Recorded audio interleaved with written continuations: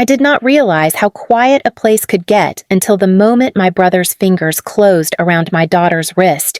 It happened fast, too fast for anyone at the long terrace table to pretend they had not seen it. Lark had been humming her little lake song under her breath, the one she made up in the car. At first, no one seemed to mind. The donors sitting near Cassian chuckled at something he said. My parents lifted their glasses. The servers moved like shadows. Then, Lark sang one note a little louder. Not shrill, not wild, just joyful. Cassian's head shifted. He did not raise his voice. He did not need to. Lark, he said, still looking at the guests around him. We are trying to have a conversation. I opened my mouth to redirect, to soften, to protect. But Lark kept humming, lost in her own melody. Cassian stood. The whole table went still. He walked to her with the same calm, measured steps I had watched all my life, the steps of a man who believed the room belonged to him. He reached down, took her wrist, and pulled her hand down sharply. Lark gasped. Her eyes flew to mine, wide and wet. Enough, Cassian said. The Wolfe family values discipline, not noise. His gaze cut through me. She takes after you. A few guests shifted in their chairs. One woman pressed her lips together, pretending interest in her water glass. My mother, Verity, gave a small, pained smile. The kind she used when something shameful happened, but she refused to acknowledge it. My father kept eating. I knelt next to Lark and touched her wrist. A bright red mark was already rising under her skin. Cassian, I said quietly. You hurt her. He scoffed. If you cannot teach her boundaries, someone has to. My heartbeat thudded in my ears. The air felt sharp, almost metallic. I looked up to steady myself, to breathe, and caught sight of the shotgun microphone mounted under the pergola roof. A red light blinked steadily. The Wolfe family always recorded everything for their legacy projects. Today, the house had recorded this. I stood, lifting Lark into my arms. Her small body trembled against me. You should not have touched her, I said. Cassian straightened. Do not start. Marin, but I already had. If you are listening to this story and you have ever been dismissed by your own family, I said under my breath, not to him, but to myself, maybe to whoever would hear this later, stay with me. Do not look away now, because I knew one thing with absolute clarity this time. I would not let my family turn silence into power, not over me, and never again over my daughter. I carried Lark away from the terrace, my pulse still ragged, her small fingers clutching the collar of my shirt. Behind us, the murmurs rose the kind people use when they want to sound concerned without doing anything at all. As we reached the hallway, her whisper came, thin and unsure. Mom, did I do something wrong? No, I said immediately. You sang. That is never wrong. But the words scraped against old memories. Cassian pulling my hair when I was 8 and telling our parents I was out of control. Verity folding her arms, saying, why must you provoke him? Marin Harlan calling Cassian steady and calling me a storm. It had always been like this. I had learned early that if something cracked in the Wolfe family, I would be blamed for the noise. Lark sniffled. Uncle Cassian was mad. He has been mad at me my whole life, I murmured before I could stop myself. The truth was, I should never have brought her here. The email had arrived 3 weeks earlier, polished, formal, and unmistakably Cassian Wolfe Legacy Weekend. A celebration of vision, discipline, and generational leadership. I remembered staring at it, my stomach tightening. A legacy weekend sounded like a public relations stunt wearing family clothing. Ari, my best friend, had read the email over my shoulder. You are not seriously considering going, she said. I am thinking about Lark. I replied, Ari sighed. Your brother does not reconnect. He curates. But later that night, Lark climbed into my lap, saw the lake house photo glowing on my screen, and whispered, "Is that where princesses stay? Could we go?" And I, wanting to give her one harmless childhood memory, said yes. Now, walking down that hallway with her trembling in my arms, all I could think was how easily hope could turn into a bruise, and how quickly old wounds could find their way back to the surface. 3 days before everything shattered, Lark and I stood at the edge of the Wolfe estate driveway while a young valet jogged toward the car. The air felt too clean, too cool, the kind that makes you straighten your clothes without meaning to. Cassian stepped out from the porch, hands tucked into his pockets, his voice warm enough to fool anyone who had not grown up with him. "Marin, you actually made it." I forced a smile. Lark wanted to see the lake. His eyes flicked to her, assessing rather than welcoming. Let us hope she behaves better than last time. There was no last time, I said quietly. He shrugged, already bored with my correction. Verity appeared behind him, smoothing the front of her blouse. "Marin, darling, Lark, you look tidy." Her gaze moved over us as if she were inspecting a piece of furniture that did not quite match the room. Lark waved. "Hi, Grandma." Verity managed a soft smile, the kind that meant nothing. "Hello, sweetheart. I hope you did not bring too many toys. We want the house to stay uncluttered during filming." "Filming?" I asked. Cassian nodded at a man crouched near the stone pillars. "That is Jonas. He is handling the tech. We are recording candid family material for the Foundation's new campaign." Jonas lifted a hand in greeting, eyes flicking from Cassian to me, then to Lark. Something in his expression felt cautious, as if he already sensed the tension humming under the surface. The house staff moved around us, polite but rushed, making it obvious who the priority guests were. One of them led us down a side hallway to a narrow converted storage room. "I thought there were spare bedrooms upstairs," I said. The woman hesitated. "Mr. Wolfe asked that this space be prepared for you. He said it would be convenient." Lark bounced inside, unfazed. "It is cozy." I pressed my fingers to my temple. "It is fine," I said, though my chest tightened. As the staff member left, Cassian passed by the open door, glancing inside just long enough to smirk. "Hope it suits you. The bigger rooms are reserved." I stepped into the doorway. Reserved for who? For people who represent the Wolfe name well. The words landed like cold metal. Lark did not notice she was unpacking her crayons, humming to herself. But I felt the old sting crawl up my spine, the familiar reminder of where I stood in this family.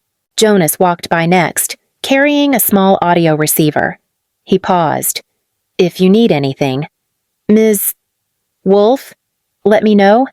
His tone was different, gentle, almost apologetic. "Thank you," I said. He nodded once before disappearing down the hall, leaving a soft echo of footsteps and the quiet hum of the house, a house that watched everything, recorded everything, judged everything. And for the first time since agreeing to come, I felt the wrongness of it settle deep under my skin. Dinner the first night felt like stepping onto a stage I had never agreed to perform on. The long table stretched across the back veranda, filled with people who laughed too loudly and listened too selectively. Cassian sat at the center, right where he always believed he belonged. Lark and I were assigned to the far end, near a pair of donors I had never met. They nodded politely, then turned back toward Cassian the moment he opened his mouth. Lark leaned close to me. "Mom, can I tell them about the frog we saw? Maybe later," I whispered. "Let us just settle in." But she was 6. She did not know how to make herself small yet. She tapped the arm of the woman beside her. "We saw a frog near the bushes. It was green and tiny, like this." The woman smiled, thin and distracted. "That is nice, sweetheart." Then she immediately looked back toward the main conversation without asking another question. Lark's shoulders fell a little. A server placed plates in front of us. I murmured thanks, but he had already moved on. Cassian lifted his glass. "To new milestones," he said. The Foundation's mentorship campaign brought in nearly $200,000 last quarter.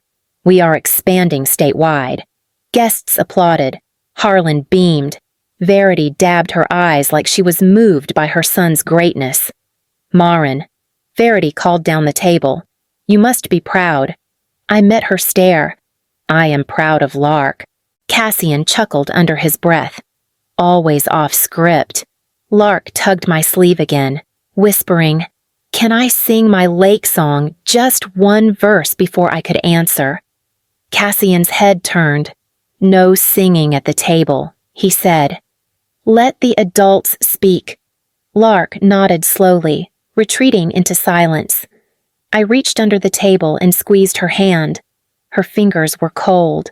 The rest of dinner blurred into fragments Cassian's smooth voice, guests praising his leadership, my parents offering stories about his discipline as a boy, the kind of discipline that had left bruises on my arms when we were children, but no one mentioned that part.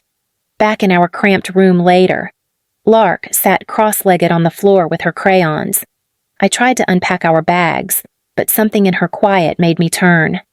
"What are you drawing?" I asked. She held up the paper. It was the dining table, long and crowded. Little stick figures filled the seats, except for two drawn, small, almost lost, placed far off to the side. "That is you and me," she said. I put us in the corner because no one looked at us. Her voice was matter-of-fact, not wounded. That somehow made it worse. I knelt beside her. "You can put us anywhere you want in your pictures," I said softly. "I know," she replied. "But this is where we were." I gathered her into my arms, feeling that old ache tighten across my chest, the ache of being unseen, unheard, unchosen. I thought I had left it behind years ago, but watching Lark draw us into the margins told me the truth. The Wolfe family had never stopped making space. They had simply stopped making space for me, and now they were doing it to my daughter. By the next morning, the house felt sharper, like every voice echoed too loudly and every silence lasted too long. Brunch was set on the terrace again, the long table gleaming with polished silverware. Lark held my hand as we approached, her small fingers fidgeting with the cuff of her pink cardigan. Cassian was already seated in the center, laughing with two board members from the Wolfe Foundation. When he saw us, his laugh softened into something practiced. "Marin," he said, "let us try for a calm morning." I said nothing.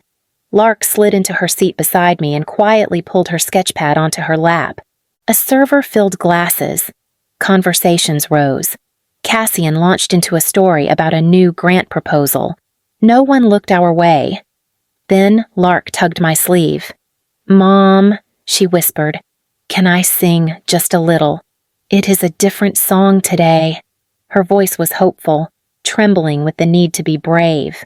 I brushed a strand of hair from her face. "If you want to," I said. "You do not need anyone's permission." She nodded and stood just enough so her voice could carry. She began with a soft hum, testing the waters, then added words about sunlight and tiny boats and stars she imagined lived in the lake. Her voice was gentle, unthreatening, pure. Yet Cassian's fork froze in midair. "Marin," he called down the table, his smile brittle. "Control her." I reached for Lark's hand, but she was already lost in her chorus, singing a little louder. Cassian rose. The air thinned. He walked toward her with measured steps, each one heavy with the confidence of a man who expected a room to bend around him. He stopped in front of her, expression smooth and cold. "That is enough." His hand closed around her wrist firmer this time, pulling it down, forcing her to stop. "This is not a playground. The Wolfe name demands composure." Lark's breath hitched. A small, choked sound escaped her. I stood so fast my chair scraped. "Cassian, stop! You are hurting her." He did not release her. "Someone has to teach her discipline." "You never learned it." A tremor spread through Lark's arm. Tears welled up in her eyes. I took a step closer. Let go of her. He finally released her wrist, but not his disdain. There it is. That tone. Always the victim. My heart hammered. Words pushed against my teeth. But something above Cassian's shoulder caught my eye. The shotgun microphone mounted along the terrace beam. Its tiny red light blinked in a steady rhythm. Recording, everything. I pulled Lark behind me and lifted her into my arms. Her small fingers clung to my sweater, her body shaking. Cassian scoffed. "You cannot keep running to your feelings every time someone corrects you. This is not correction." I said, "This is cruelty." The table had gone silent. Even my parents sat frozen, unwilling to intervene, unwilling to defend me, unwilling to admit what everyone had just seen. I turned away from Cassian and walked toward the doorway. "We are done here." No one stopped us. Not a single person called after us. Back in the narrow storage room, I began packing our things. Lark sniffled. "Are we leaving?" "Yes," I said. "We are going somewhere safe." I had just zipped the suitcase when a quiet knock sounded. Jonas stepped inside, holding a small black drive in his hand. His face was pale. "I thought you should have this," he said. I stared at it. "What is it?" "The audio feed from brunch," he replied. "About 4 minutes. His voice is clear. Yours too. And," he swallowed, "and hers." Lark peeked from behind my leg, her wrist red and tender. Jonas looked at her and exhaled shakily. "I am sorry," he whispered. I took the drive from him, my hand trembling. "Why are you giving this to me?" Jonas lifted his eyes. "Because someone has to tell the truth, and because he should not get to decide the story this time." He left us standing there, me holding my daughter, and the drive that would change everything. Lark pressed her cheek to mine. "Mom," she whispered, "can we go home?" "Yes," I said. "Right now." I grabbed our bag, lifted her into my arms, and walked out of the Wolfe house without looking back. Ari opened her apartment door before I even knocked. She took one look at Lark curled against my shoulder and stepped aside without a word. "Sit," she said softly. "I will get her some water." Lark clung to me until Ari returned with a small cup and a blanket. Only then did she loosen her grip. Ari knelt beside her. "You are safe here, sweetheart." Lark nodded, but her eyes stayed down. Ari stood and faced me. "Tell me what happened." I placed the small black drive on the kitchen table. Cassian grabbed her, hard, and he did it in front of everyone. Ari's jaw tightened. "What did your parents do?" "Nothing," I said. No one said a word. Ari exhaled slowly, her anger quiet but unmistakable. "Okay. First things first. Lark needs to be seen by a doctor. By late afternoon." Lark sat on the paper-covered exam table at a clinic near Park Slope. The pediatrician examined her wrist carefully, his expression tightening when he pressed along the reddened skin. "Bruising consistent with force," he said as he wrote notes. "I am documenting everything," Lark whispered. He did not like my singing. The doctor looked at me with a flicker of disbelief. Then continued writing. Next was the child psychologist, an older woman with gentle eyes and a voice that never rose. She sat across from Lark in a soft chair, letting the silence settle until Lark finally spoke. "I was singing." Uncle Cassian held my arm. It hurt. Everyone saw. The psychologist nodded, her pen moving slowly. "How did that make you feel?" "Lark small," she said. My throat tightened. Back at Ari's that evening, she cleared her dining table and laid out everything: the medical note, the psychologist's summary, my phone, my laptop, the black drive. Marin, she said, you cannot confront Cassian or your parents directly. They will twist it. They always do. I sank into the chair. I know. Ari opened her laptop. Your brother's entire career depends on the Wolfe Family Foundation and the mentorship conference next month. If those institutions hear the truth, they have to act. I hesitated. This will blow everything open. Yes, Ari said, but it will protect Lark. That decided it. I plugged in the drive, hearing Cassian's voice fill the room, his cold tone. Lark's small gasp, it lit something fierce inside me. Ari spoke quietly. Attach only the audio. No accusations. Just facts. So I drafted 3 emails, each one short and steady. I am submitting this recording because I believe children should be safe in all leadership environments. I attached the file. I added the doctors' and psychologists' reports. I read it all twice. Ari touched my arm. Whenever you are ready. I thought of Lark's voice, the way it had cracked when Cassian squeezed her wrist. I thought of every time I had been told to stay quiet. Then I clicked send. The room stayed silent, except for the soft sound of Lark drawing at the far end of the table, her crayons moving across paper like she was building a world untouched by the one we had just set on fire. The first email arrived 4 days later. The Wolfe Family Foundation informed me that Cassian had been placed on administrative review pending an internal investigation. The message was clinical, stripped of warmth. A second email came that evening. The mentorship summit would be re-evaluating his suitability as keynote speaker. His profile vanished from their website by morning. Ari read the messages with me. They moved fast, she said. They know what that recording means. Before I could respond, my phone buzzed again this time. My mother. Verity's voice was tight, brittle. Marin, what have you done? Your brother is devastated. He hurt Lark. I said, it is on audio. He was correcting her. You are exaggerating. Again. Behind her hissed breath. I heard my father's voice. Tell her she has gone too far. I hung up. More calls followed cousins, aunts, uncles. Some whispered apologies.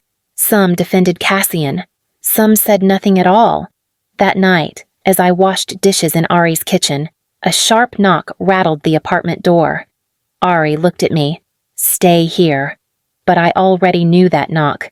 Cassian stood in the doorway, coat still on, shoulders rigid. Marin, he said, voice low. We need to talk. Ari stepped between us. No, you do not. Cassian ignored her and fixed his eyes on me. Undo this. The board is panicking. The summit is furious. You have humiliated our family. I dried my hands slowly. I sent the truth. You sent a weapon. He snapped. Do you realize how much damage you have caused? To you I asked. Or to the people who let you do whatever you want? His jaw twitched. You always twist things. You always create chaos. I stepped closer. You grabbed a 6-year-old's wrist hard enough to bruise. I am not twisting anything. For the first time in my life, Cassian looked uncertain just for a second. Then he spoke through clenched teeth.